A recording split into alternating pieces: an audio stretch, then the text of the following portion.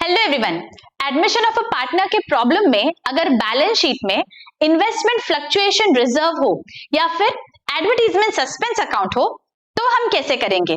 और अगर new partner business में हिज शेयर ऑफ गुडविल लेके आता है फिर भी बैलेंस शीट में ऑलरेडी गुडविल इज अपीयरिंग तो हम कैसे करेंगे। आज के इस लेक्चर में बच्चों हम ऐसा ही इंपॉर्टेंट और इंटरेस्टिंग प्रॉब्लम देखने वाले हैं। Illustration number 8 from page number 147। So let's get started. देखिए, let's read the problem. The balance sheet of Adil and Sameer who share profits in the ratio 2:1. ये क्या है? Old profit sharing ratio है. As on 31st March 2018 is as under. हमें balance sheet दिया गया है और नीचे क्या है? On 1st April 2018, Raju was admitted into partnership on the following terms. Number 1, Raju pays 30,000 as his capital for 1/4 share.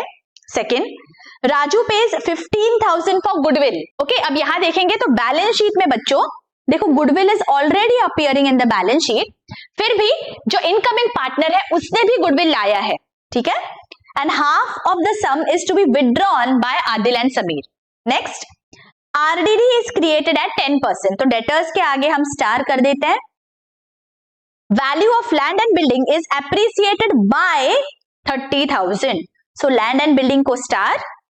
Investments were reduced by 22,500. Now इस problem में बच्चों इन्वेस्टमेंट फ्लक्चुएशन रिजर्व दिया गया है लाइबिलिटीज में, तो ऐसे सिनेरियो में हम कैसे करेंगे इन्वेस्टमेंट्स का reduction, that we are going to learn here, ठीक है।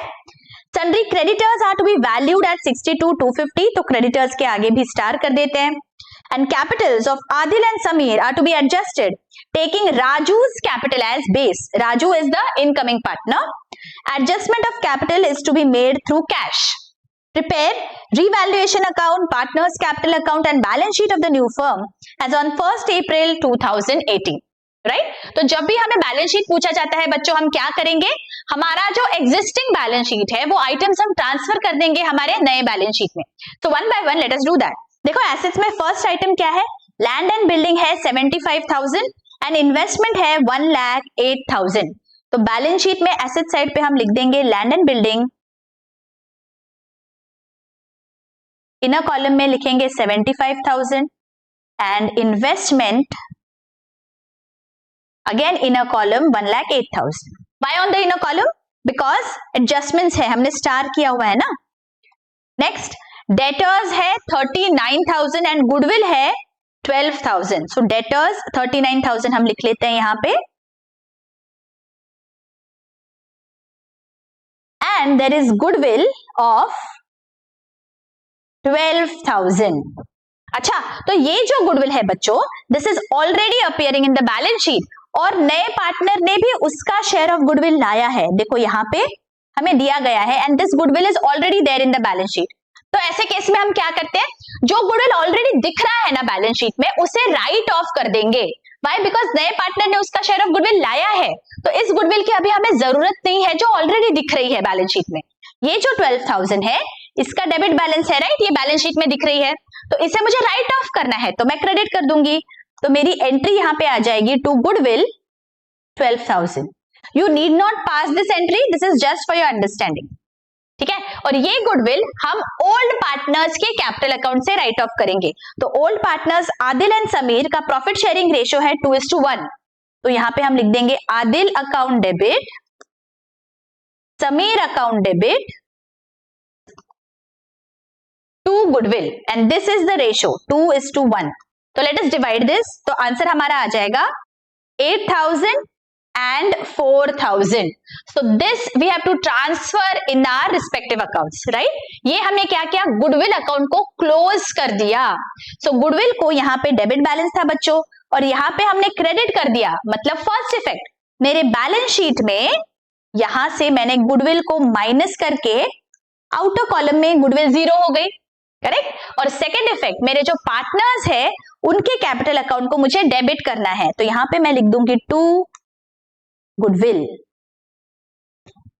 8,000 and 4,000। Getting it? ये क्यों किया? बिकॉज नए पार्टनर ने उसका गुडविल का शेयर लाया है, तो इस गुडविल की अब हमें जरूरत नहीं है, we are writing it of.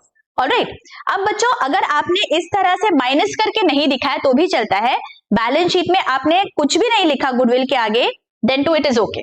Okay, you have to write zero, you can write that, otherwise you don't mention it in the balance sheet, that's also fine. ठीक है. अच्छा, next,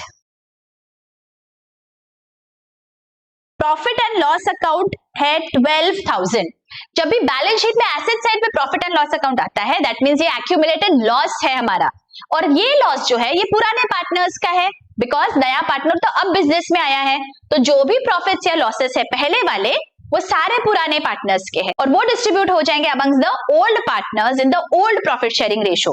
तो ये जो 12,000 है ये मुझे आदिल और समीर में वापस डिवाइड कर देना है और वापस ये रेशियो आ जाएगा 8,000 एंड 4,000. इस बार प्रॉफिट एंड लॉस अकाउंट को हमें क्रेडिट करना है, तो हमारी एंट्री हो जाएगी Adil's account debit 8,000, Sameer's account debit 4,000 to profit and loss. तो ये जो प्रॉफिट एंड लॉस अकाउंट है ये अभी बैलेंस शीट में नहीं दिखेगा. पार्टनर्स के कैपिटल में चलते हैं and here I will write down to profit and loss account 8,000 and 4,000. Getting it? Similarly आगे हमें दिया गया है बच्चों, देखो एडवर्टीजमेंट सस्पेंस अकाउंट. अब ये जो सस्पेंस अकाउंट है एडवर्टीजमेंट का, अगेन ये हमारा लॉस है, तो ये मुझे डिस्ट्रीब्यूट कर देना है मेरे ओल्ड पार्टनर्स में. अमाउंट क्या है? अमाउंट इज सी 12,000 अगेन, तो ये वापस मैं डिस्ट्रीब्यूट कर दूंगी 2:1 रेशियो में, तो मेरी एंट्री आ जाएगी Adil's capital account debit 8,000, Sameer's capital account debit 4,000 to advertisement suspense account. तो ये अभी मेरे बैलेंस शीट में नहीं दिखेगा. ठीक है, यहां पे मैं पार्टनर्स के कैपिटल अकाउंट में चलती हूं. Here I am going to write down to advertisement suspense account.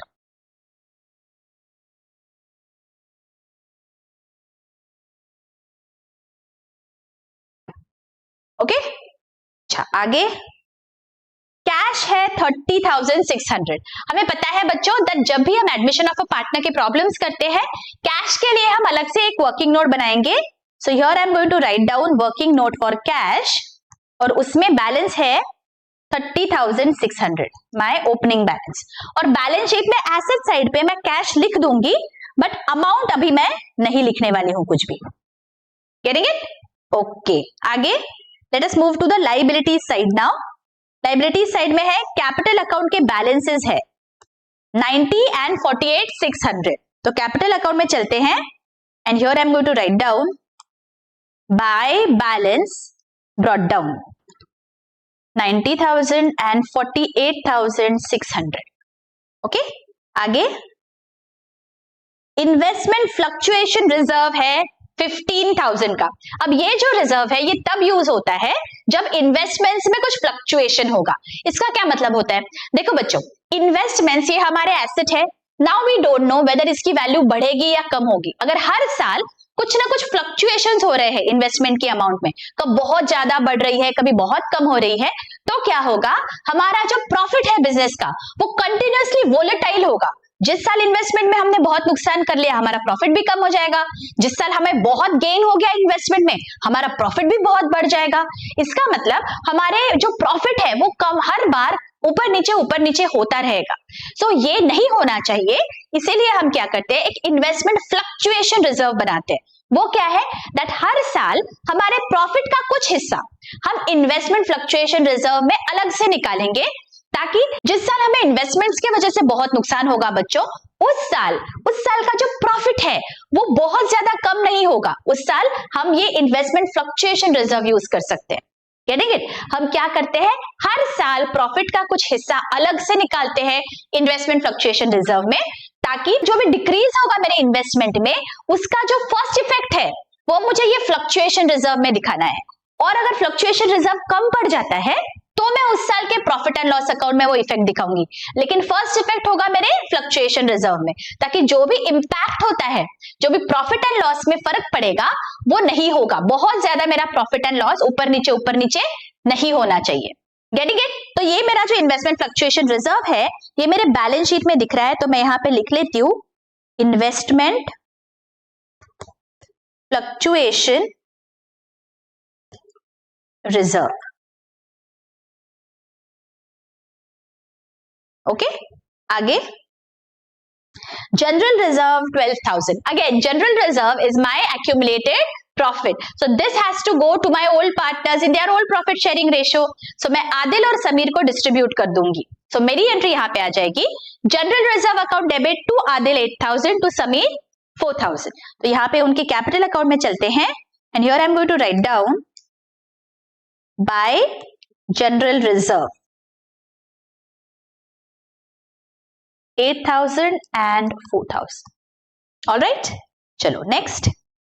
Sundry creditors 63,000. So balance sheet में लाइबिलिटी साइड में हम लिख लेंगे क्रेडिटर्स 63,000.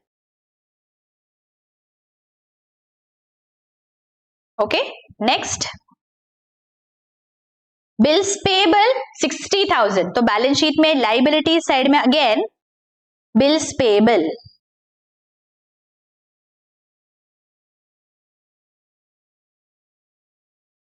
ओके. नेक्स्ट, अब हमने बैलेंस शीट के सारे आइटम्स ट्रांसफर कर दिए हैं बच्चों. Now let us look at the adjustments one by one. First, Raju pays 30,000 as his capital. तो कैपिटल के लिए पैसा बिजनेस में आया तो एंट्री हो जाएगी cash account debit to Raju's capital 30,000. So first effect हमारे वर्किंग नोट में कैश में ऐड करेंगे 30,000. यहाँ पे ऐड हो जाएगा 30. एंड सेकेंड इफेक्ट राजू के कैपिटल में जाएंगे और यहां पे हम क्रेडिट साइड पे 30,000 लिख देंगे by cash account. Getting it? Okay. Next, Raju page 15,000 for goodwill. उसने उसका हिस्सा गुडविल का बिजनेस में लाया है. तो हमारी एंट्री क्या होगी? फर्स्ट एंट्री हमारी हो जाएगी cash account debit 15,000 to goodwill. Goodwill के लिए उसने 15,000 बिजनेस में लाया. अब ये जो गुडविल है this belongs to whom? This belongs to the sacrificing partners. तो हम ये सैक्रिफाइस रेशो में डिस्ट्रीब्यूट कर देते हैं.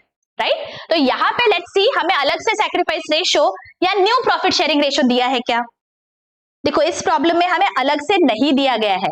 जहां पे भी हमें अलग से नहीं दिया जाता है बच्चों वहां पे हमारा जो ओल्ड रेशो होता है वही मेरा सैक्रिफाइस रेशो है. मतलब यहाँ पे 2:1 is my sacrifice ratio as well. तो मैं इस गुडविल को डिस्ट्रीब्यूट कर दूंगी आदिल और समीर में in the ratio 2:1. So goodwill account debit 15,000 to Adil and to Sameer. Okay. मैंने डिवाइड कर दिया तो मेरे अमाउंट्स आ जाएंगे 10,000 एंड 5,000. राइट. यहां पे क्या हो गया? गुडविल को क्रेडिट एंड गुडविल को डेबिट. तो अगेन इस अकाउंट को हमने क्लोज कर दिया है गुडविल के. और इफेक्ट्स आएंगे मेरे दो अकाउंट्स में. फर्स्ट इफेक्ट कैश अकाउंट को डेबिट हुआ है. सो मेरे वर्किंग नोट में मैं यहाँ पे ऐड कर दूंगी 15,000 बिकॉज पैसा आया है बिजनेस में तो कैश अकाउंट में ऐड हो जाएगा. एंड सेकेंडली मेरे जो ये दोनों पार्टनर्स है उनके कैपिटल अकाउंट को क्रेडिट करना है. तो यहां पे चलते हैं और यहां पे हम लिख लेंगे by goodwill 10,000 and 5,000. Right. Okay. आगे क्या दिया है? Half of the sum is withdrawn by Adil and Sameer. आधा उन्होंने विड्रॉ किया. अब आधा कितना होता है? देखो यहाँ पे गुडविल 15,000 की है, आधा विड्रॉ हो गया मतलब 7,500. विड्रॉ हुआ मतलब बिजनेस से पैसा बाहर गया. तो मैं यहां पे लिख दूंगी to cash 7,500. Please remember goodwill नहीं कर देना है क्रेडिट. पैसा बाहर गया है बिजनेस से तो कैश को क्रेडिट होगा. और पैसा कौन लेके गया बिजनेस से बाहर? पार्टनर्स लेके गए ना. तो पार्टनर्स के अकाउंट को डेबिट करेंगे. So Adil's capital account debit, Sameer's capital account debit to cash. Half करना है. ये जो अमाउंट्स है इसका हाफ किया है हमने. Getting it? पूरी गुडविल वो बिजनेस से बाहर नहीं लेके गए, आधी गुडविल. तो जो क्रेडिट किया था हमने उसके आधे अमाउंट से डेबिट कर दिया और बाहर लेके गए हैं ना पैसा तो कैश अकाउंट को क्रेडिट कर दिया. कैश अकाउंट क्रेडिट मतलब फर्स्ट इफेक्ट पैसा बाहर गया है बिजनेस में से. सो फर्स्ट इफेक्ट आएगा मेरे कैश अकाउंट में माइनस होगा 7,500 वर्किंग नोट में. एंड सेकेंड इफेक्ट मेरे जो पार्टनर्स है आदिल एंड समीर उनके अकाउंट में चलते हैं. और यहां पे हम डेबिट कर देंगे to cash 5,000 and 2,500। Is this very very clear? यहां तक अच्छी से समझ गया कि हमने क्या किया है गुडविल का? Okay, next, RDD is created at 10%. RDD is created on the balance of debtors. तो बैलेंस शीट में डेटर्स कितने दिख रहे हैं? 39,000. इसका 10% दैट इज 3,900. तो मेरी एंट्री क्या हो जाएगी? Revaluation account debit to RDD 3,900. तो यहां पे लिख लेंगे टू RDD 3,900. और तुरंत सेकेंड इफेक्ट, बैलेंस शीट में जाएंगे डेटर्स में एसेट साइड पे एंड हियर माइनस कर देंगे 3,900 less RDD. okay, please remember to give two effects of all your adjustments. okay, the value of land and building is appreciated by 30,000. मतलब 30,000 से land and building की value को बढ़ाना है. तो लैंड एंड बिल्डिंग एसेट है मेरा, उसकी वैल्यू को अगर बढ़ाना है तो मुझे डेबिट करना होगा. So land and building account debit to revaluation account. तो यहां पे लिखेंगे हम by land and building.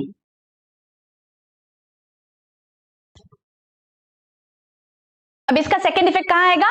Balance sheet में एसेट साइड पे. तो एसेट साइड पे चलते हैं और लैंड एंड बिल्डिंग में हम ऐड कर देंगे 30,000.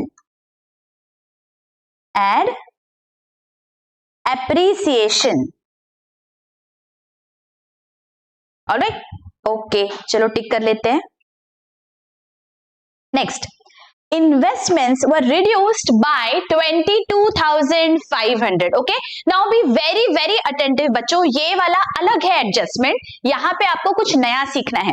देखो, इन्वेस्टमेंट्स की वैल्यू को रिड्यूस अगर हम नॉर्मल सिनेरियो में करते तो हम क्या करते? वर्किंग नोट में चलते हैं और यहाँ पे लिख लेते हैं नॉर्मल सिनेरियो में अगर मैं बोलती हूँ that investments have been reduced by 22,500. ये मेरा एसेट है, मुझे उसे कम करना है तो मैं क्रेडिट कर दूंगी. और डेबिट किसे करूंगी? रीवैल्यूएशन अकाउंट को. So my entry would have been revaluation account debit to investment 22,500. ये एंट्री मैं कब पास करती? अगर मेरे पास कोई भी additional information related to investments नहीं होती. राइट, ये अभी तक हमने देखा हुआ है बच्चों. इस प्रॉब्लम में ऐसा क्या अलग है? इस प्रॉब्लम में हम बैलेंस शीट पे चलते हैं. Let us see. Balance sheet में there is on the liability side investment fluctuation reserve 15,000. अब ये क्या चीज है? देखो, इन्वेस्टमेंट्स जो है उसकी वैल्यू कम ज्यादा अगर बहुत होने के चांसेस है तो हम क्या करते हैं? फर्म सोचती है कि किसी साल अगर बहुत अच्छा प्रॉफिट बन गया इन्वेस्टमेंट से तो हमारे फर्म का प्रॉफिट बहुत बढ़ जाएगा. किसी साल अगर बहुत नुकसान हो गया तो फर्म का प्रॉफिट झट से नीचे आ जाएगा. So even though that is not the main business of the firm, उसके वजह से फर्म के प्रॉफिट पे बहुत अप्स एंड डाउन्स आ सकते हैं. तो ये नहीं होने के लिए व्हाट डू वी डू? हम अलग से एक अमाउंट निकालते हैं इन्वेस्टमेंट फ्लक्चुएशन रिजर्व में हर साल फ्रॉम आवर प्रॉफिट्स. तो प्रॉफिट का कुछ हिस्सा हम इन्वेस्टमेंट फ्लक्चुएशन रिजर्व को हर साल निकाल देते हैं ताकि अगर किसी साल बहुत नुकसान हो जाएगा इन्वेस्टमेंट्स की वजह से तो this investment fluctuation reserve will bear the impact of the loss. तो हमारे उस पर्टिकुलर ईयर का प्रॉफिट बहुत कम नहीं हो जाएगा झट से, जस्ट बिकॉज हमारे इन्वेस्टमेंट्स ने अच्छे से परफॉर्म नहीं किया. Getting it? तो अब ये जो इन्वेस्टमेंट फ्लक्चुएशन रिजर्व है ये काम करेगा हमारे जो लॉस है इन्वेस्टमेंट्स का उसे बेयर करने का. इसका मतलब जो भी 22,500 से मेरे इन्वेस्टमेंट्स कम हुए हैं, I am going to use the fluctuation reserve first for reducing the value of the investment. और अगर और भी कुछ बचता है that amount I am going to transfer to revaluation. इसका क्या मतलब है? देखो, इन्वेस्टमेंट फ्लक्चुएशन रिजर्व में 15,000 है तो मैं क्या करूंगी? अब मैं इन्वेस्टमेंट फ्लक्चुएशन रिजर्व को डेबिट कर दूंगी 15,000 से. देखो मेरी जर्नल एंट्री यहां पे कैसे दिखेगी.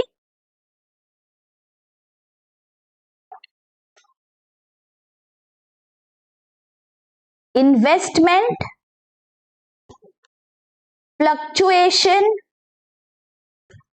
रिजर्व अकाउंट डेबिट 15,000, क्योंकि 15,000 ही है इन्वेस्टमेंट फ्लक्चुएशन रिजर्व में, एंड मेरे इन्वेस्टमेंट्स तो 22,500 से कम हुए हैं, तो ऑब्वियसली इन्वेस्टमेंट को मैं 22,500 से ही क्रेडिट करूंगी, बिकॉज उतने से मेरे इन्वेस्टमेंट्स कम होने चाहिए, राइट?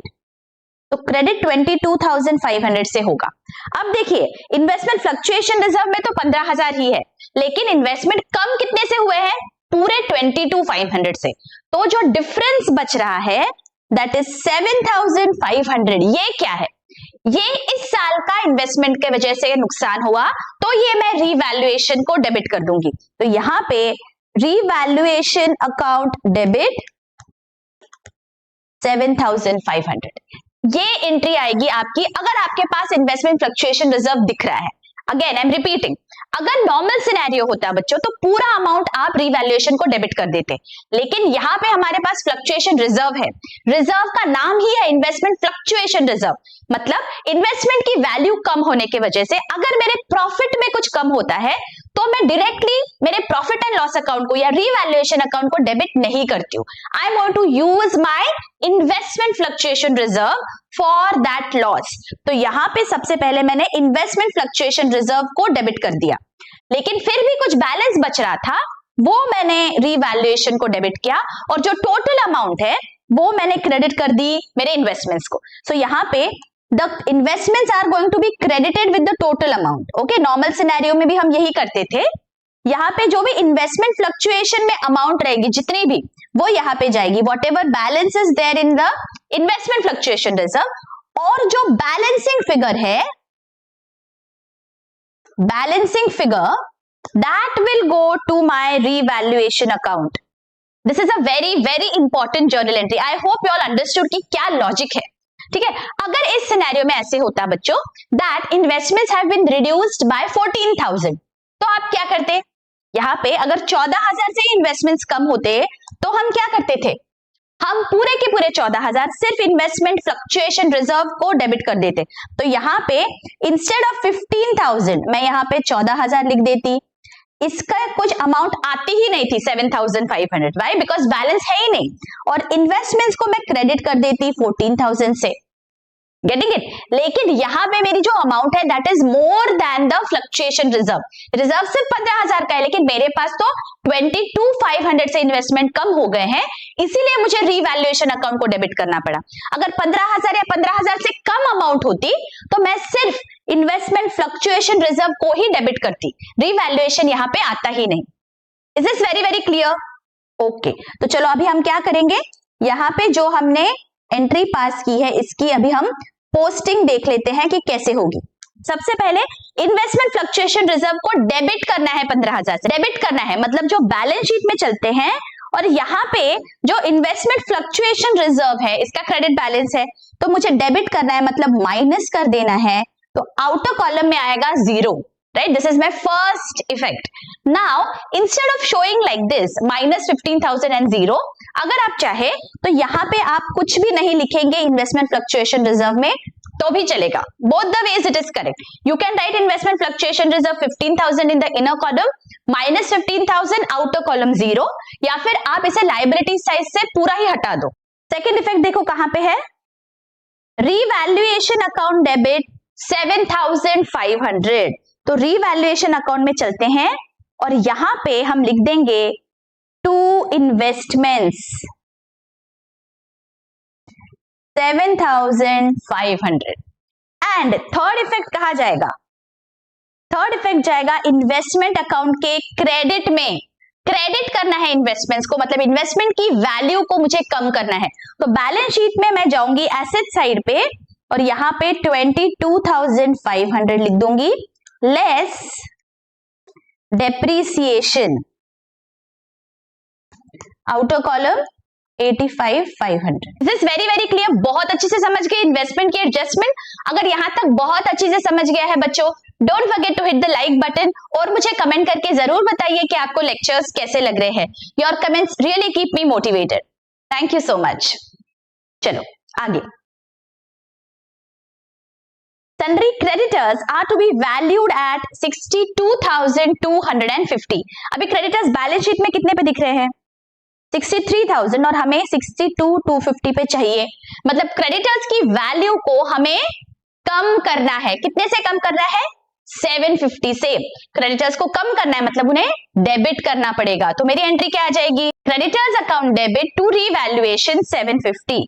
तो यहां पे I am going to write down by creditors 750 और तुरंत सेकेंड इफेक्ट जाएगा मेरे बैलेंस शीट में, लाइबिलिटी साइड में।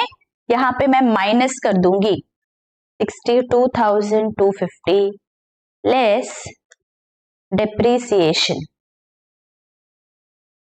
ओके, चलो आगे। लास्ट क्या है देखो, capitals of Adil and Sameer to be adjusted taking Raju's capital as base, adjustment is to be made through cash. मतलब क्या करना है हमें, जो भी तीनों पार्टनर्स है उनका कैपिटल हमें प्रोपोर्शनेटली करना है in the new profit sharing ratio, and we have to use the incoming partners capital as the base. Incoming partner ने कितना लाया है पैसा देखो फॉर कैपिटल, 30,000 फॉर 1/4 शेयर। ठीक है, तो पहले तो हम टोटल कैपिटल क्या होना चाहिए फर्म का वो हम निकालेंगे यूजिंग दिस इंफॉर्मेशन। तो चलो एक वर्किंग नोट बना लेते हैं। चलो यहां पे लिख लेते हैं फॉर 1/4 शेयर उसने कितना पैसा लाया, 30,000, right? So let us assume that the total capital of the firm is x। Okay, तो x का 1/4 हिस्सा 30,000 है, राइट? बिकॉज इसलिए तो 30,000 लाया। तो हम जब क्रॉस मल्टीप्लाई करेंगे, सो 30,000 multiplied by 4 that gives me 1,20,000। ये क्या है, ये मेरा टोटल कैपिटल होना चाहिए पूरे फर्म का, 1,20,000।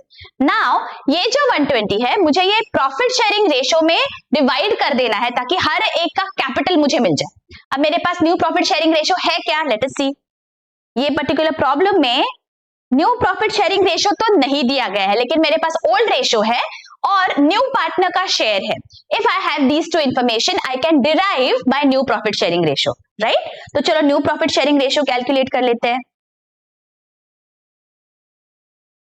1/4 शेयर के लिए नया पार्टनर आया है, तो बैलेंस ऑफ 1 कितना होगा, बैलेंस ऑफ 1 मतलब जो हिस्सा बाकी के दोनों पार्टनर्स के लिए बचा, that is how much, 1 - 1/4 that is 3/4। इतना हिस्सा बच गया है समीर और आदिल के लिए, करेक्ट? तो अब हमें इनका न्यू प्रॉफिट शेयरिंग रेशियो निकालना है। तो कैसे निकालेंगे, आदिल और समीर इनका ओल्ड प्रॉफिट शेयरिंग रेशियो क्या था, यहां पे चलो, old profit sharing ratio is 2:1, correct? तो यहां पे हम लिख देंगे 2/3 and 1/3. This is the old profit sharing ratio. I'm going to multiply this with the balance of 1, मतलब 3/4 and 3/4. तो कितना आ रहा है, 2/4 and this is 1/4. यहाँ पे डिनोमिनेटर्स कॉमन है क्या, देखो सबका डिनोमिनेटर 4 आ गया है। इसका मतलब यहाँ पे new profit sharing ratio, new PSR will be 2:1 is to 1/4 share ना, so 1, 2:1 is to 1 is the new profit sharing ratio. Now I know what is the total capital of the firm, I know the new PSR. तो अब मुझे क्या करना है, proportionate capital निकालना है। proportionate capital कैसे निकालेंगे, proportionate capital कैसे करते हैं हम, जो टोटल कैपिटल होता है फर्म का उसे हमें न्यू PSR में डिवाइड करना है। Total capital is 1,20,000 and new profit sharing ratio is how much, 2/4। तो ये आ जाएगा 60,000 and this is 1,20,000 multiplied by 1/4 that is 30,000, correct? और राजू का कैपिटल ही हमने बेस लिया है, that is already 30,000, right? So ये हमारा कैपिटल होना चाहिए 60, 30 and 30। So this I am going to write down in my capital accounts, ठीक है? तो यहां पे चलते हैं और यहां पे मैं लिख लूंगी to balance brought down 60, 30 and 30।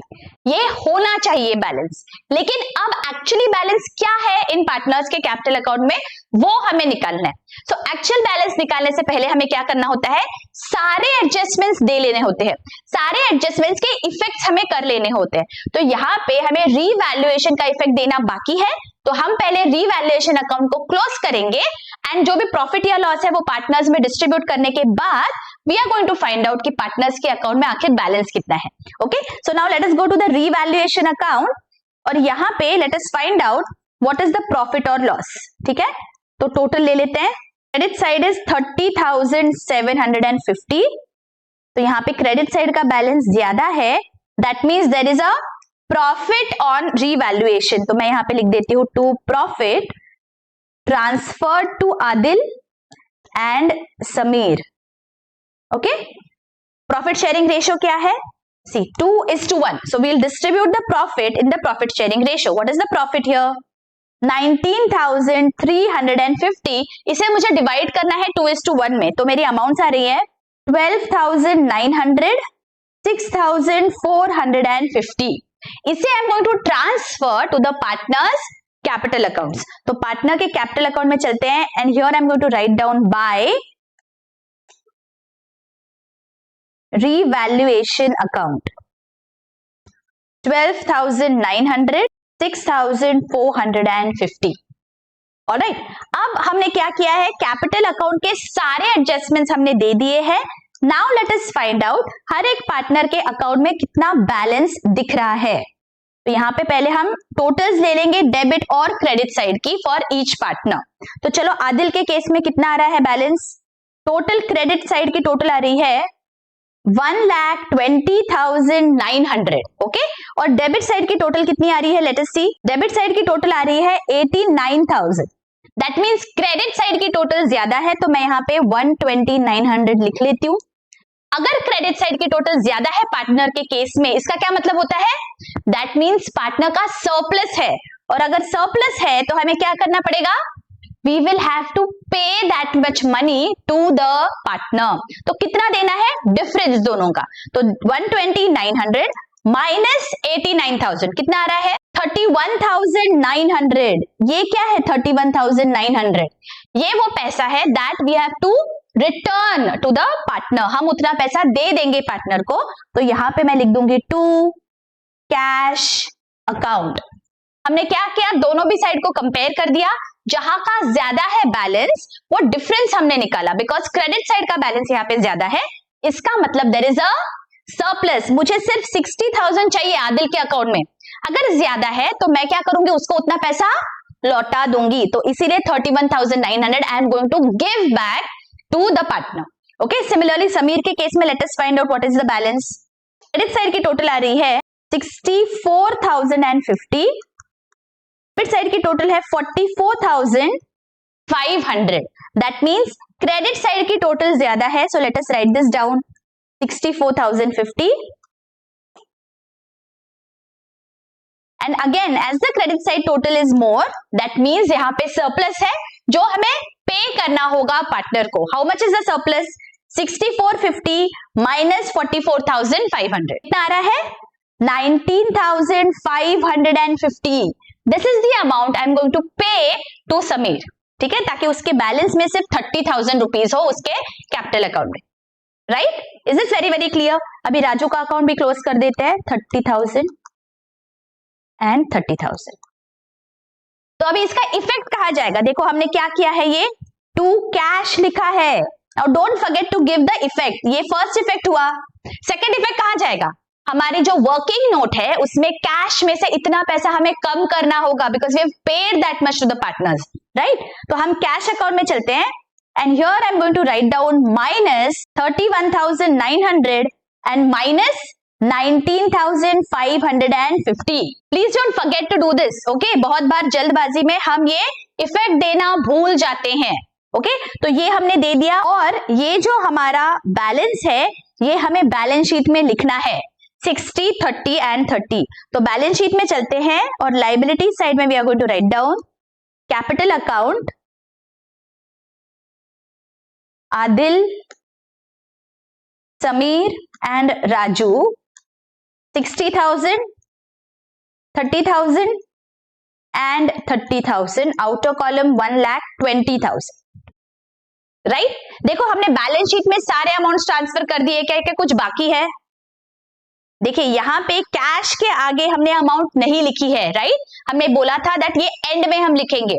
तो अब हमारे वर्किंग नोट में चलते हैं कैश के, और यहाँ पे सारे एडजस्टमेंट्स करने के बाद कितना बैलेंस आ रहा है? Let us see. This comes to 16,650. ये मुझे मेरे बैलेंस शीट में एसेट साइड पे दिखाना है, 16,650. राइट?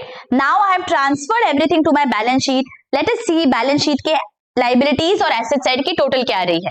यहाँ पे मेरी टोटल है 242,250. ये भी आ रहा है 242,250. दैट मीन्स मेरा बैलेंस शीट यहाँ पे टैली हो गया। आई होप ये बहुत ही अच्छी से प्रॉब्लम आपको समझ गया है बच्चों। This is a very important problem. बहुत अलग अलग एडजस्टमेंट्स है यहाँ पे। आई होप सब कुछ आपको बहुत क्लियरली समझ गया है। अगर लेक्चर्स अच्छे लग रहे हैं बच्चों, हमें सुपर थैंक्स भेज सकते हैं, आपके फ्रेंड्स और कलीग्स में शेयर कर सकते हैं। मिलती हूँ आपको नेक्स्ट लेक्चर में। Till then take care, bye bye.